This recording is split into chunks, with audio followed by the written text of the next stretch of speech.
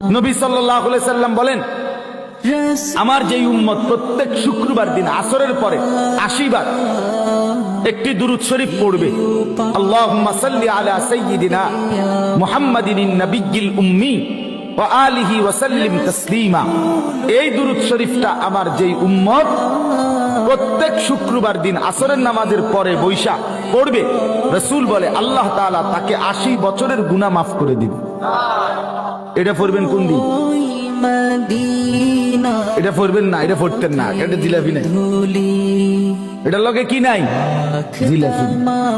এটার লগে খিচুড়ি নাই। এটা বলেন পড়বেন। রাসূলুল্লাহ সাল্লাল্লাহু আলাইহি ওয়াসাল্লামের সাহাবীরা মহব্বতে দুরূদ পড়তেন, সাথে কোনো কিছু পাওয়ার আশায় না। রাসূলুল্লাহর ভালোবাসা, নবীজির ভালোবাসা। অতএব ভেবে দেখেন বাপ, কথায় যদি একটু শক্ত হয়